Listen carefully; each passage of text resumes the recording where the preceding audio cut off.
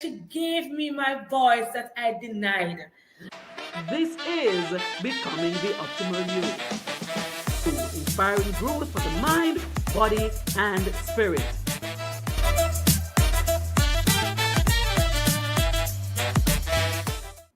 Welcome to Becoming the Optimal You, where we inspire growth for the mind, the body, and the spirit. Now, I am Minister Renae, your life coach, and I am your host, and I'm also an author and a minister of religion, and we're going to have a good conversation today.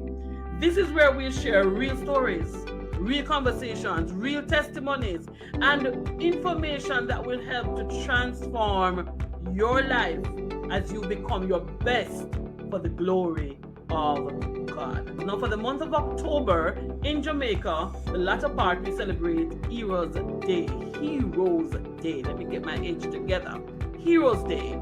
And so for us, we're going to be talking about heroes all through the program, right? Every day, Tuesdays through Thursdays, is going to be about heroes in different aspects, all right? So stay tuned, listen, it's going to be good. I promise you, it's going to be good. So today, no exception, we're going to be talking about who is your hero, or even who was your hero. So stay with me. My guest is coming up. It's going to be ding and donging. Let's jump into it. Good afternoon to my guest. How are you doing, my love? I am doing fantastic, Minister Renae, and I trust that you are doing well as well. I'm doing good enough. I'm trying to make the best of it, I wasn't feeling so wonderful this morning, but here I am. To God be the glory. Amen. Now, I want you to introduce yourself to the viewers and the listeners today.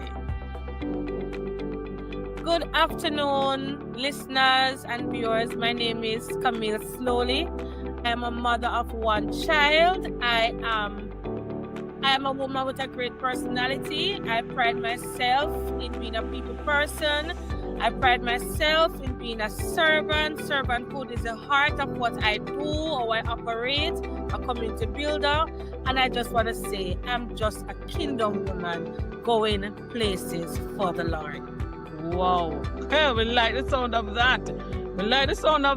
Now, with that being said, we're going to be jumping into a conversation, because if you're a kingdom woman going places for the Lord, then we want to know who has been your hero. Who has been the one who has inspired you to be this woman that you are pressing into? So let me ask a question. Who would you say is your hero and why?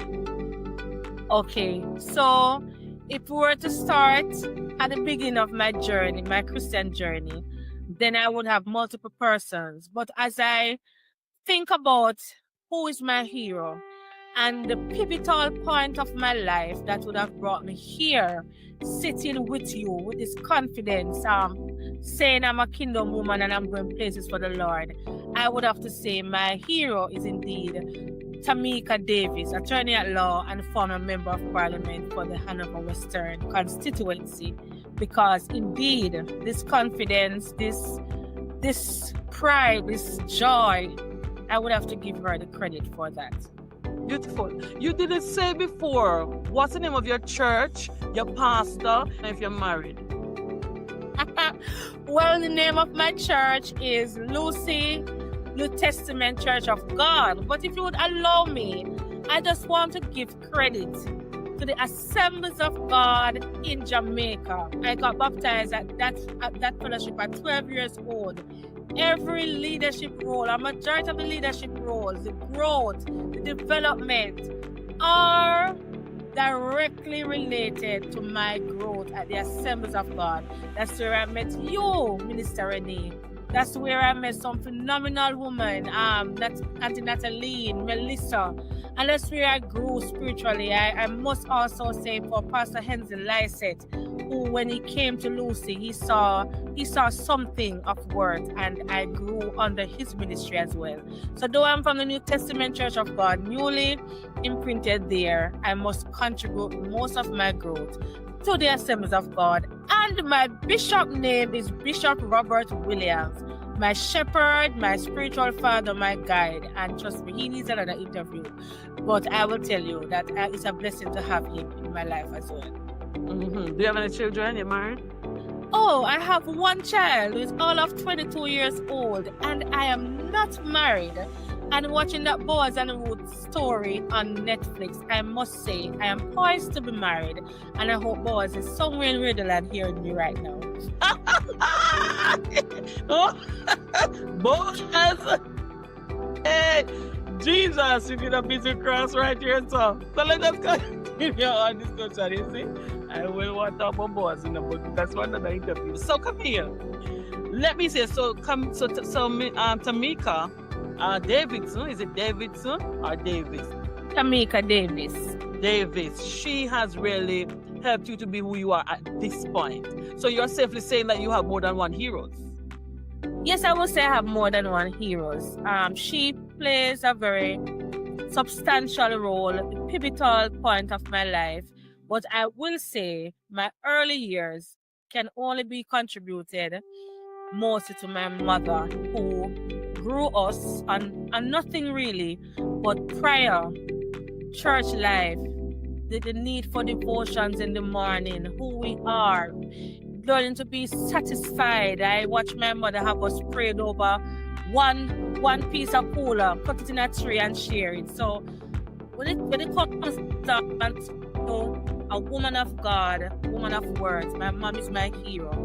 And I will say to you, Minister Brackett, every time I meet with you on this platform, I have to contribute hero status to you as well. You remember that period in my life when I was this confused young girl. I didn't know where I was. I didn't know who I am. I stopped serving at church. I couldn't identify myself. And you would just text, you would just listen. You didn't, and I learned that you didn't try to take sides. You just guide me along. And every journey that you have been on, you have hit me on that side. And I am a better woman today because you played a vital role as well. So I'm blessed. I'm blessed. You are. Because some people only have one hero. You have several. You are indeed blessed. But let me say, can you share one story or memory that shows why Tamika means so much to you? Yes. So coming from my journey, I would have spent 16 years in the BPO industry as a payroll coordinator. I would have known one side of life. I would also I was going through a lot of stuff, financially especially. I was unassuming. I know I have talent. I know all of that, but I was just lost. And when I met her at a runoff that she was to be the candidate. And I remember she whispered in my ears and she said, "You're going to be my right hand." I did not buy it because I said, politicians talk anything. But I tell you, she sought me out, and more so, she carried me along as a right hand, she said, and she positioned me in places and had that confidence in me that I didn't have. She always said me slowly, "You just don't know your worth. You don't even know how great you are." And she would just place me in rooms, Minister Renae, like she would send me to represent her at government functions. I had to stand and look down in the crowd at custos, at ministers. I remember one time someone asked me who I was. Are you a counselor, MP? Like, who is this young lady? Who is this nobody? This nobody, precisely. Yeah. And people would wonder, and when I opened my mouth to speak, like she gave me my voice that I denied. Like she heard my voice, she believed in my voice, and she gave me the opportunity to see who I am. Most of the ads that she was the first person to have me do an ad when the Prime Minister was coming. And I was saying, "Me?" And she said, "Yes, you can do it." So trust me, when I say she played a pivotal role, the major part of it was letting me recognize my voice, what I have, what God has blessed me with, and she allowed me to use it. She wasn't intimidated. People just give her great comments. Oh, you were represented so well. And she allowed me to just flourish in that and allowed me to grow so much. And I love that. yes. And that is really hero kind of behavior, you know, because a lot of times people don't want to steal their shine. They believe that if they put you here, you're going to minimize them and they're not going to shine. But she didn't care about shining. She cared about, and I love what you said, she gave you your voice, or she caused you to see or hear your voice. I love that. That woman is truly a hero. She deserves hero status, so true, really. But let me ask you, you spoke of the different values and stuff that you've learned and acquired since being around this individual. As it relates to your life values, has she impacted how you looked at life? Yes, she does. I will confess that I won't say I am. I used to be very negative. Like, I couldn't even recognize it until she pointed it out to me. I didn't speak positive. I didn't speak life. Even when there was a problem, I could only see the bad outcome. And when she pointed it out to me, because we'll have these raw, real conversations, I trusted her with talking to me. And when she would say, Miss Soli, you can't look on life like that. And after I started to meditate and think, I would recognize even conversations that I have with friends or whomever. I realized that I would naturally put in like a bad storyline, like we're sharing, but my storylines are always the bad ones, like sad, you know. And then I recognize that I gravitate towards that. She by her telling me, caused me to think back and why I keep on being like that person. And then she will say to me, Miss Slowly, for everything there is a solution. Don't magnify, don't worry, it will work out. And just look on life differently. And you know, even now sitting before you, those thoughts are still with me. And I still assess, I still understand and recognize when it creeps upon me. And that is changing our negative outlook, looking at things so negatively, always thinking negative, always clinging on to the sad stories. You know, this happened to me in the past, and it becomes a storyline you go to. Yeah, if you're not careful, it becomes something that you relish in. And she caused me to put a stop to it. So now when I talk about grief or anything like that, I don't talk from that place where it's negative. It must be where it helps somebody else. And that is what she has done for me. And she will just now and then share some stories of her life with me. But when she shares them, it's for me to realize that everybody has a sad story. Yes. It's what you decide to do with that story. And so my outlook, I'm just beaming in confidence. I saw her yesterday, so it will be even much better for me. I'm just grateful for that insight. And that is, don't look on life so negative. Don't be so negative. Search for the positive. Cling on to it and allow it to be your guide. But in terms of your faith as a believer, has she impacted you from a faith perspective? Yes, she have. She's a baptized Christian, and she always emphasizes baptized, water baptized. So she wants us to know that she's saved, sanctified. I would be very close to her. So, and there are things that she would have shared with me that others would not know. And I've watched this woman. I've watched her serve in politics, serve as a lawyer. But I've watched her when she gives at church. Like, when there's offering to be collected, I have to be careful because she watch how much money we give. Because she believes in this thing where you give abundantly.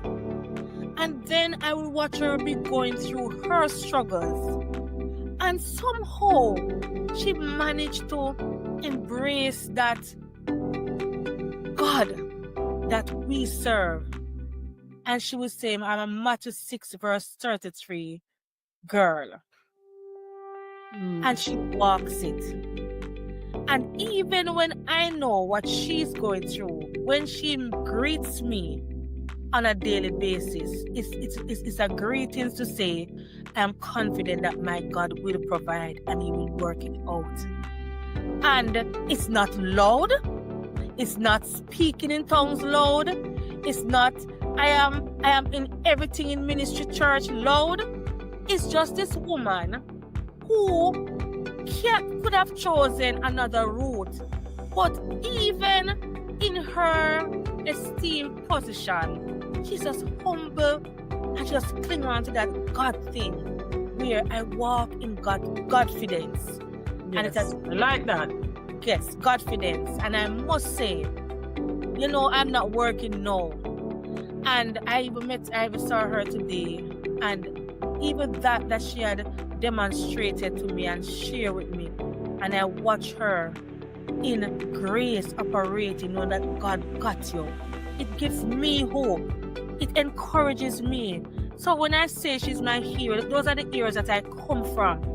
Because it's good when we see persons dressed up out the road and we say, hey, they have everything. But Minister Renae, when I can know your story or part of it, and I see you present yourself every day on SGG radio, and you just serve, and you just bubbly, and you just do what God said you have to do, it encourages the person. Guess what? I can do this. I can go on. And that is what she has done where my faith is concerned. And I'm grateful for it. Beautiful, beautiful. But what's the biggest lesson you've learned from your hero?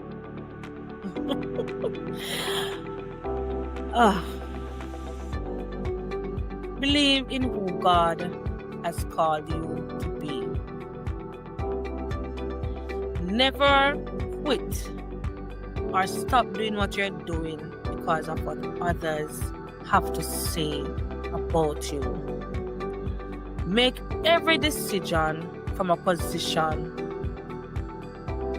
This is what I want. This is what I see. This is what I am doing. But never allow others to remove you from where God has placed you. The impact that you are making. Never allow others. And I have struggled with that. And when the mouths came and the talk came and everything came, I wanted to cave in. I wanted to run. I want to give up. I want to quit. And she would say to me slowly, never make that decision from that angle. Even when I was saying, it's too much, she's always saying to me, this is what God has called you to do. This is what God has placed in your life. This is what you are blessed with to gift others. You don't stop it because of others. And I cry sometimes because when I remember we were in church and the sermon was similar to, and it just so ironic, she showed up at church. I wasn't expecting her at my church. And when we were coming in the vehicle, she said, what a way pastor show a word on you. And we were just laughing because it was the same thing the pastor was saying. Our giftings, our calling, the service that God has called us to. So many of us hide away. So many of us run away. But God has called us to that. And that is staying with me. And that is why when you asked me to introduce myself today, I said, kingdom woman going places for the Lord. And maybe 2 days before I wouldn't say that to you because I would be so unassured and afraid, but I'm not afraid anymore. And I thank her and days, because the growth that I've experienced now, if I had quit when I wanted to and she would have allowed me to, then I wouldn't be even here with you saying to her that she's my hero. Yeah. Right. Yeah. But do you try to live in a way that reflects her influence? If so, how? Yes, I do. So more than anything else, I try to ensure that I apply grace to others. And I do so because I would see her deal with people every day. Different personalities, different background, whether they're high and whether they're low. But she deals with everyone equally. She loves even on the hardest of days. I've seen things done to her, and I've watched her embrace with forgiveness and love. And I try to do that in my everydays. I see her service above self. When I talk about giving, she gives. I'm not talking about people who say they are kind. She gives. And I'm trying to be that person. I'm trying to be that similar light that lights up the lives of others in everything that I do. That grace, that level of forgiveness, the empathy for others, the consideration, the faith, the mustard seed faith. That's how I want to live my life, and that's how I want to exemplify in my community, in my church, and just to my nation. I just want to serve as though she have served selflessly. How do you honor or celebrate your leader in your daily life? As you live every day, how do you honor her? So I was thinking about this interview and I saw that question, and I want to say something that is very much true in our spaces. Our heroes are normally the strong ones, and we randomly check on our strong ones because they seem to hold us all together. So for me, I know Miss Davis, she doesn't like overly all the time just adoring our stuff like that. She doesn't like that. But for me, she will wake up one morning with a random text.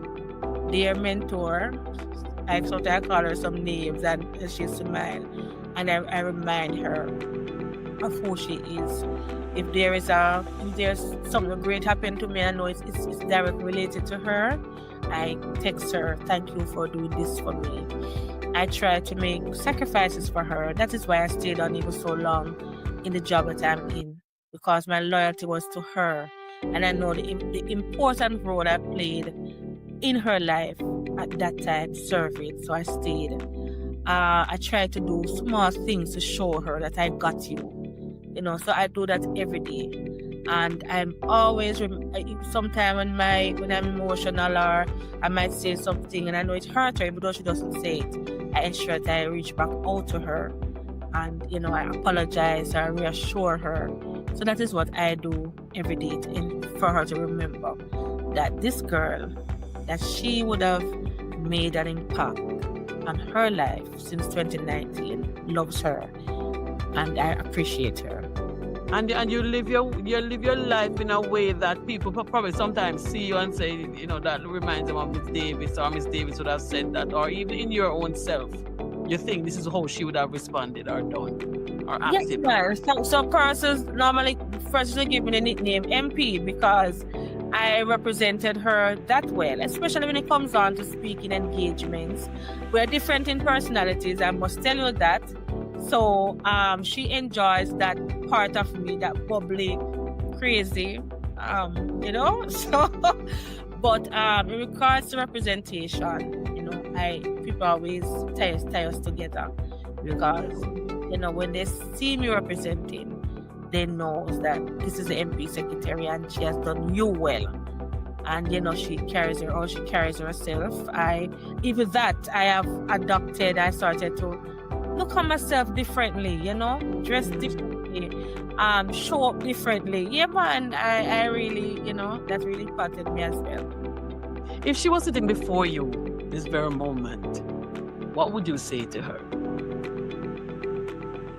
Miss Davis, I have known you for 5 years, and you came in my life at a very pivotal time. It's a time when I did not know who I was and where I'm going or who I could have been. And you have been patient, you have been understanding, you have been assuring. And because you have taken that time to love me unconditionally, It's the first in my entire life I did not have to do anything for somebody to earn that love. Normally, I have to work, I have to give, I think I have to do something, but you love me without reasons. And I want to let you know that as long as I'm here, I will always be here for you. And my job is to make you proud as how you have made me proud. And proud to say I serve alongside one of the strongest, kindest, and most beautiful women in Jamaica. And trust me, I wanted everybody else to know who you actually is as a person. But I know the Lord's will is here, He's still with you, and He will allow you to serve in another area that will be seen, because you're all about service. And I really love you from my heart. Man, we start a ball on this thing, you know. Watch yourself. But people live and exist every day. People go about their different businesses and do whatever they want to do with their lives. But what advice would you give to others about finding and appreciating their heroes? Because I mean, you've been really impacted by several persons, but more so Miss Davis, right? What would you say to individuals who probably think they don't need somebody to emulate, they don't need somebody, but if they do by chance, they don't say to them, what would you say to them about finding a hero and appreciating the hero that they actually have? I would say, if you look biblically, for every great person that would have matriculated or advanced to a higher level, the Lord placed someone in that individual's life. Talk about David. It was David and Jonathan. We talk about Elijah and Elisha. We can talk about Solomon and David as a father and son. Talk about Ruth and Naomi. And the fact is that God always sends us someone. It's for us to recognize that person. It's for us to open our eyes. Sometimes we take people for granted. Sometimes because Minister Renae is always there praying. Sometimes because I can always call her and she answers. And I don't recognize that, hey, I wonder when I call her if she was even busy. But she stopped what she was doing to accommodate me. I am saying that person is already in your life. Already in your life. Because God doesn't send us on an ambitious, purpose-filled journey without that person. He showed us with Moses when he sent Aaron and Joshua to hold up his hand. Because he always sent heroes. And they may not look like our typical hero that we want them to look like. It can be our mother who sells in the market. But whenever you have baking at school, she gets up early and she bake the food before she goes to the market early. It can be your child. That child, through thick and thin, always understands. Because somebody younger than you can be a hero, always understands, always wipe the tears, always say, Mommy, Daddy, it's going to be okay. They are there. They are there. Stop for a minute today. Think about the journey that you have been on. And think about that one or two persons who you can always count on.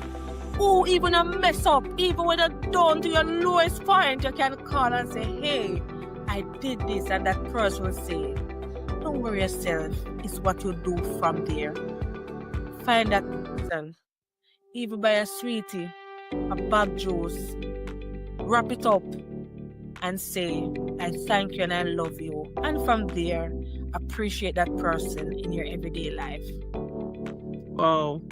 Wow, wow, wow, wow, wow, wow, wow. That is a good way to say thank you. Thank you. Thank you so much for joining me today, Miss Slowly. I really appreciate it. And you said you made some good points now. Like when you said that she gave you your voice. Yeah. You know, that for me is the very powerful point. She gave you your voice, you know, and that child can be your hero.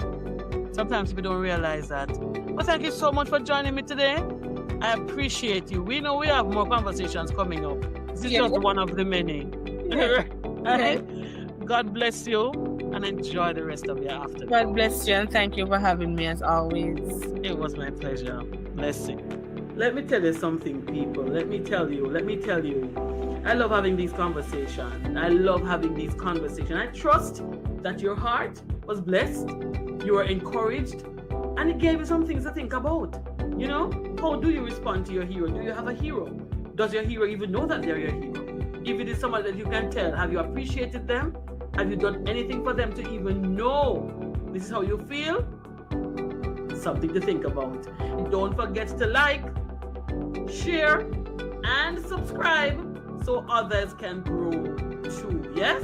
It's not just about you. Let's share the wealth. Yeah? Until next time, keep pursuing the growth in your mind, your body, and your spirit, all for the glory of God. Blessings.